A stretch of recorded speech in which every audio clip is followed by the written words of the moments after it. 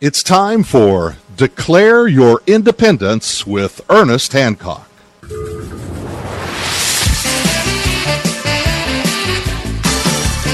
Welcome back to Declare Your Independence with me, Ernest Hancock, and one of my favorite independence declaring kind of individuals, Claire Wolf.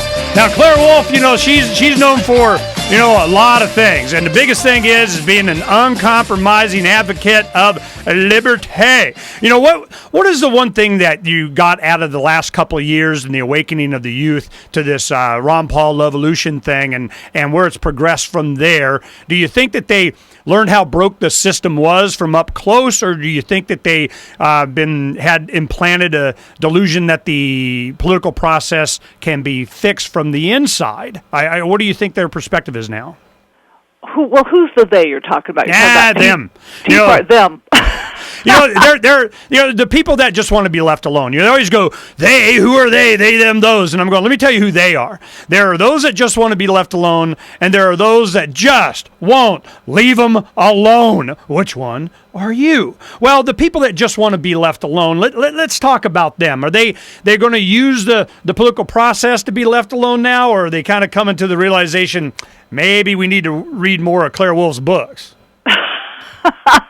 Well, I would like to believe the latter, but I think there's a lot of people who still need to go through that political stage. I think there are going to be a lot of people who will put their great hopes in Rand Paul or Sarah Palin or Jim DeMint or whoever, Marco Rubio, and they're going to get disappointed, and then they might read those Claire Wolf books or come to Ernie and say, hey, what are you and your friends doing this week to cause trouble?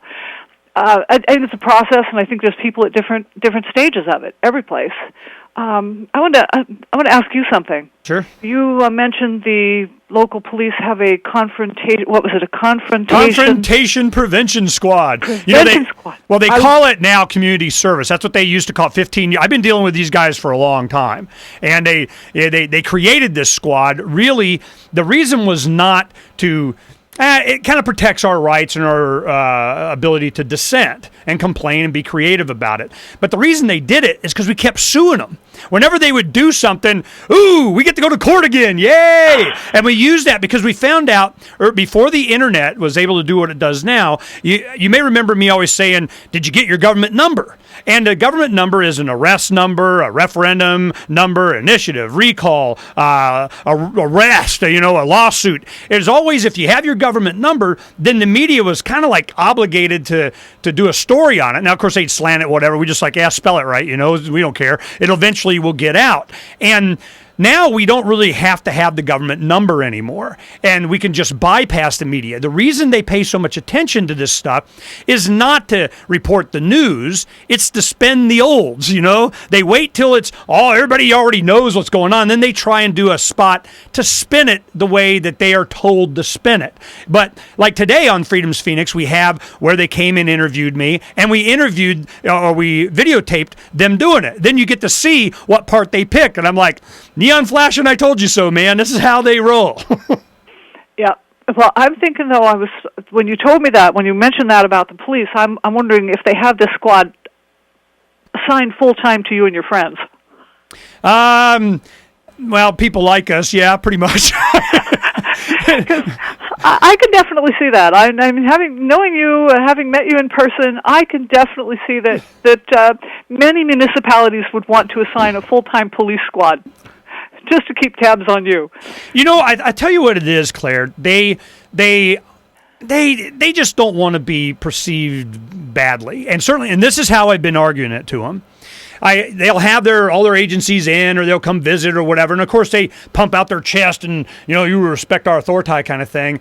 And I'm going, man, you guys just don't get it. There's, anything that you do, we have people with smartphones and quick, and they just push a button, and 10 seconds of you guys saying something stupid or doing something stupid, I can drag that out into a 5-minute YouTube, and I have all kinds of fun with it. Like with 4409, one of the videographers here, he makes a life out of it. Copblock.com freedom.com, they make a life out of this stuff. And I'm going, look, we want you to be perceived as the good guys protecting our rights, because when the economics of this whole thing really start to hit, it's going to get really bad. And you're going to need us on your side. And you certainly don't want to have us against you. We're looking to local law enforcement for you guys to be the ones perceived as protecting our rights. When Obama came last year and we went and had our sidearms and stuff, and the black man with the AR-15 showed up and so on, they all knew that was coming, and so they acted appropriately.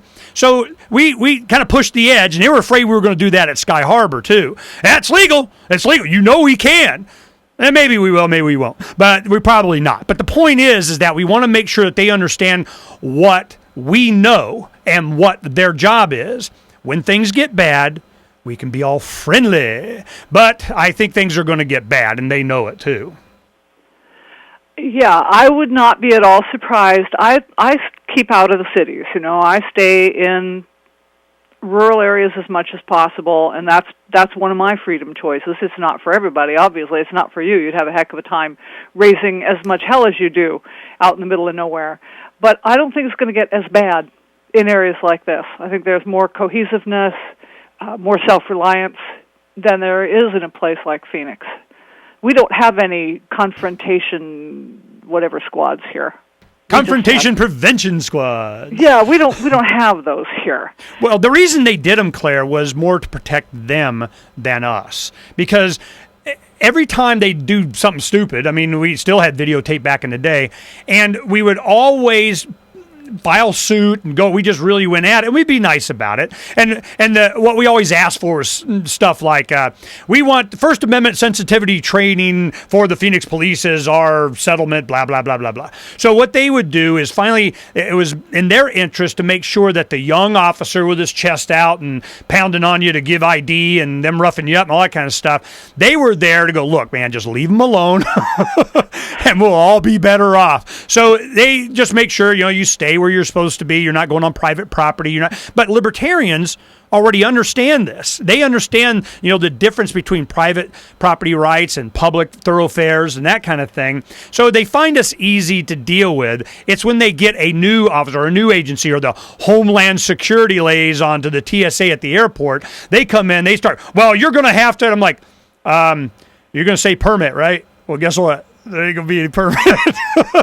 So they finally, kind of today, I've already talked this morning to them, and everything's going good. The Students for Liberty from ASU are going to be out there about now, and they are concerned about it. I think they're going to be fine. So everybody's, learning something. And from books like yours, The Bad Attitude Guide to Good Citizenship, why would you name it that, The Bad Attitude Guide to Good Citizenship? Tell me the story behind that title. Well, what's really a good citizen, Ernie?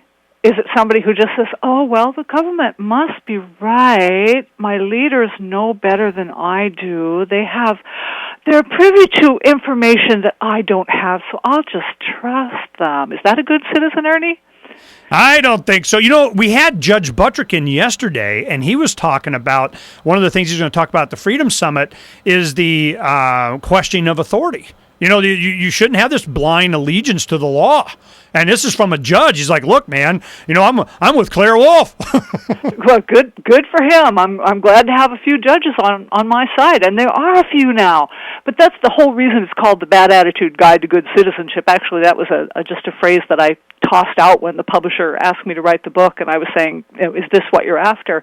But everybody who's free now is free because somebody else had a bad attitude. I mean, did Patrick Henry have a good attitude? Did Samuel Adams have a good attitude?